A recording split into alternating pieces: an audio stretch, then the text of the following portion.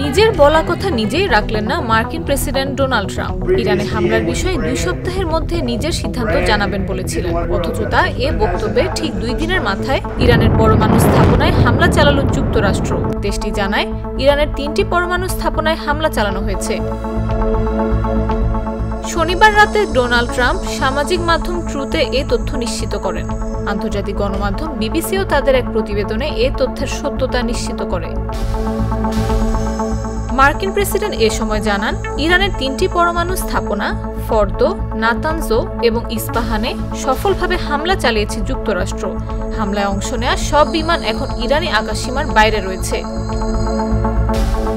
তিনি দাবি করেন, ফর্দো স্থাপনায় পূর্ণ শক্তির বোমা হামলা চালানোর পাশাপাশি সব মার্কিন বিমান এখন যুক্তরাষ্ট্রে ফেরার পথে রয়েছে।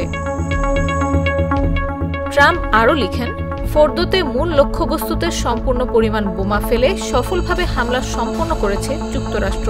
মহান আমেরিকান যোদ্ধাদের অভিনন্দন। পৃথিবীতে আর কোনো সেনাবাহিনী নেই যারা এ কাজ করতে পারত।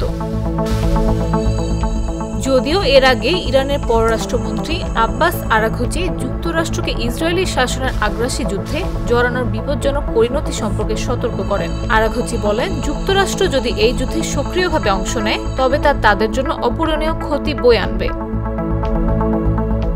যুক্তরাষ্ট্রকে দেয়া তার এই হুঁশিয়ারি বার্তা কতটা সত্য তাই এখন দেখার বিষয়। News desk, Jago News. Good Luck পেনের সফট অয়েল বেসড ইঙ্ক দেয় নিখুঁত লেখার আত্মবিশ্বাস। Good Luck pen, make your lakh.